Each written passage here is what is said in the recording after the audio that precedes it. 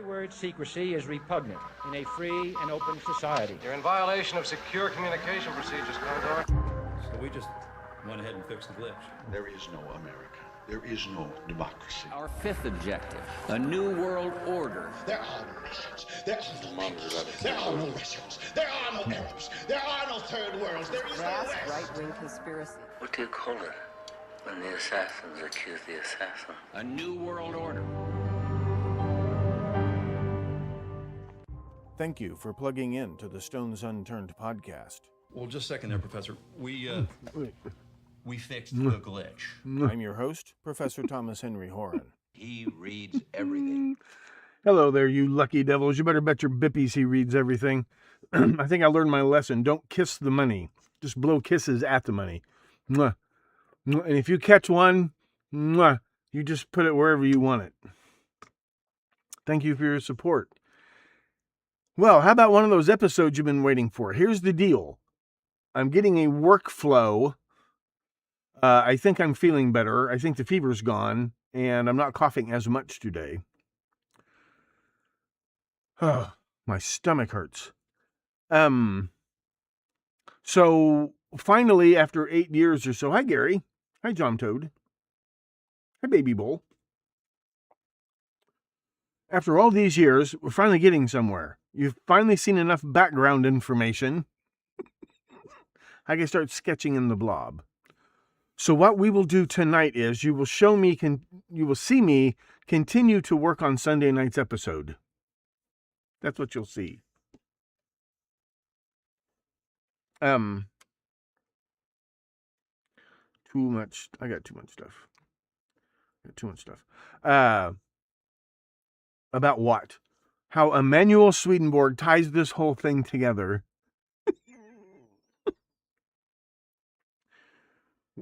Maybe I'll save that story. I'll save this story for Sunday. Here's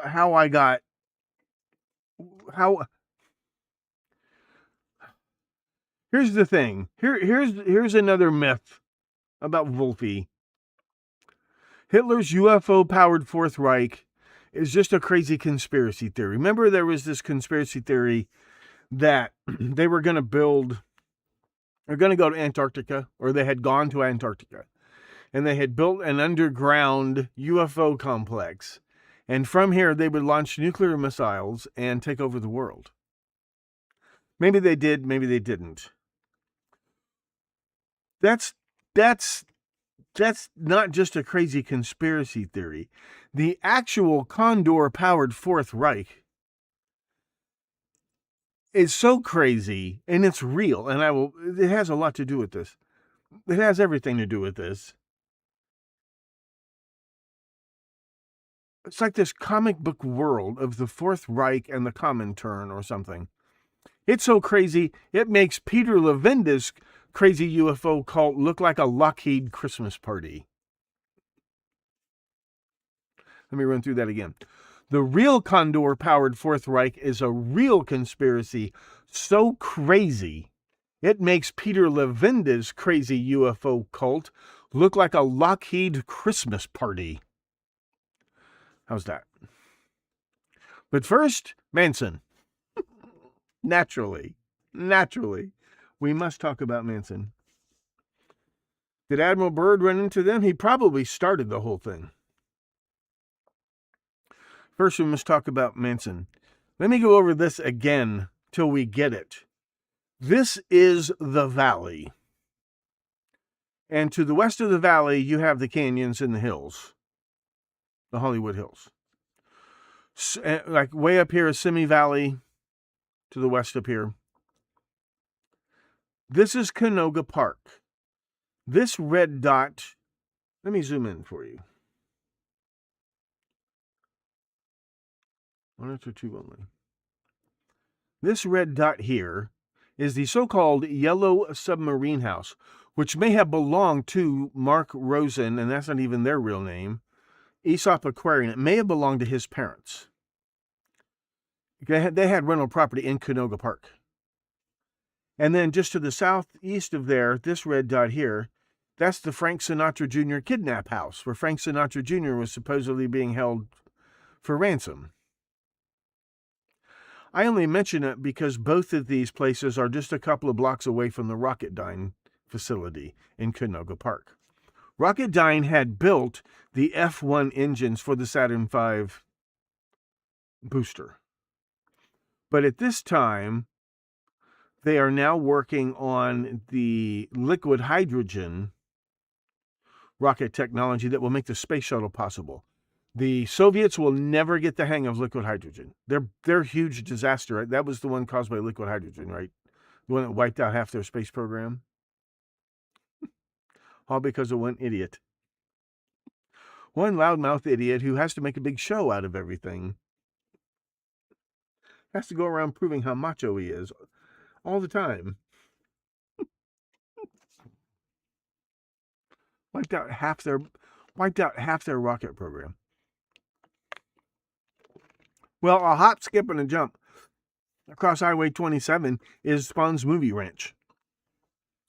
This whole area here, this was Rocketdyne's test range for their J1 liquid hydrogen rocket motor. And there is the Manson family right smack dab in the middle of all that. And before them, it was the Fountain of the World cult. That's where Clem walked over the hill and joined the Manson family, right? You know what's funny? The people who didn't do shit, Charlie, Leslie Van Houten, the people who didn't do it, Bobby Beausoleil, they all got sentenced to the gas chamber. The people who actually committed a lot of crimes, not just Tate LaBianca, those people all got out of jail after a couple of years. It's amazing. It's absolutely amazing.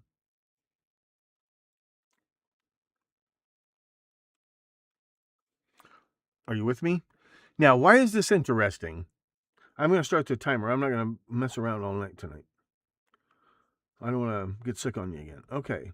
Members only in 5 minutes. This is interesting because you've seen the movie Repo Man, right? Not Repo Men. About the organ thieves. Repo Man. 1984, Emilio Estevez. His dad and his agent did not want him making this movie. That's why they shot most of it at night. Most of his scenes are shot at night. They didn't want him. And sometimes, like in the scene, he and some whatever other character at that scene, supposedly they've been up all night. And Emilio Estevez's eyes, he looks like he's been up all night because he has been up all night making this movie. This is the coolest movie ever. This is directed by Alex Cox, who also made Sid and Nancy, which is a very, very good movie about Sid and Nancy. And I love it because it reminds me of living there in 1984, 85. And I was Otto's age, right? And living kind of a crazy life.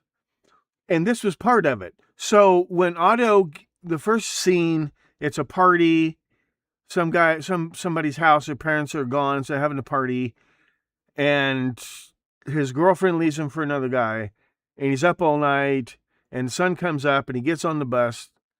The sun is up, so the bus is running. This is the only bus in Los Angeles, by the way. The only bus in Los Angeles, and they were this old-fashioned. They had a few old-fashioned buses. This is San Fernando Road. He gets off at Ledge Avenue. Now, his actual house where they shoot the scene of him being in the house, that's in a different neighborhood. He gets off. This is San Fernando Road. They're going from the northwest to the southeast. He gets off at Ledge Avenue and walks up Ledge Avenue. If you look to the left, okay, this red dot here, let me zoom in again for you.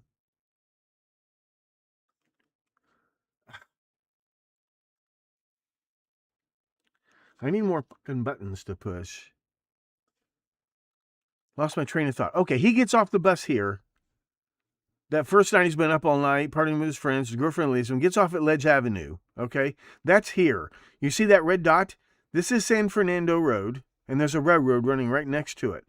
Here's the red dot where the bus stop is, where he gets off and he starts walking up Ledge Avenue. Okay, this purple area over here That's the Skunk Works at the Burbank Municipal Airport. That's the Lockheed Skunk Works. When he gets off the bus here, you see that fence and you see that railroad. Then there's a road over there, and there's a fence. You see the fence on the other side of the highway? Or which side it's on? You see that fence? That is the Skunk Works. So I always wondered if he had, because Repo Man is the first movie that goes into, it's the first movie to mention the Men in Black, and their boss is a woman, Agent Rogers, which I thought it's great. It's great. They don't make a big deal out of it. It's just their boss is this woman with the metal hand. And it's the first movie to mention the Smiley Face Conspiracy. It's the first movie to mention Roswell. I don't think they mentioned Roswell by name. Roswell shows up in the opening titles.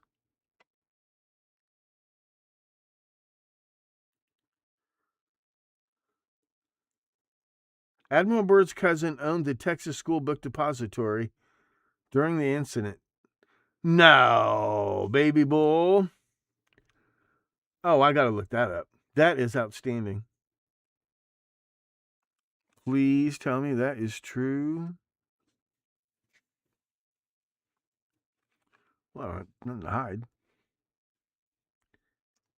Admiral Byrd's what? His nephew? Cousin. Admiral Byrd's cousin. Owned the Texas Book Depository.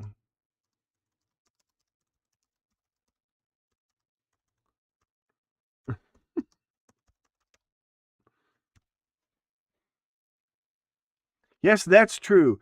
Texas oil man D. Harold Byrd, who owned the Texas School Book Depository during the 63 assassination.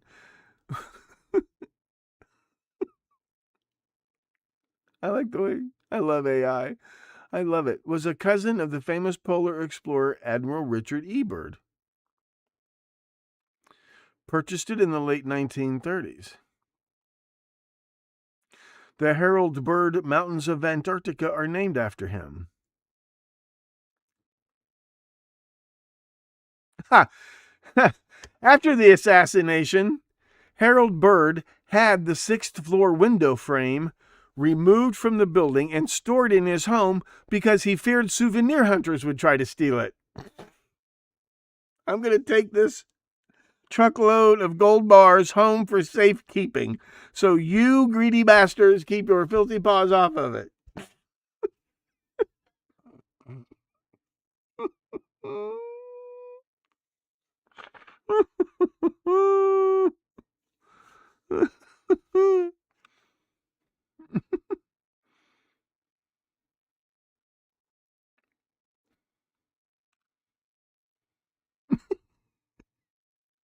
Baby bull. Put that wherever you want it. Oh, consider that a pumpkin sticker royale.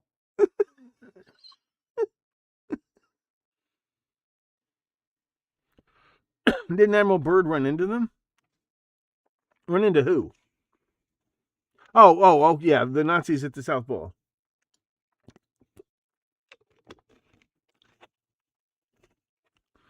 Quite a project, removing an entire window. Well, it's nothing. If you're going to remove an entire president, removing an entire window is nothing.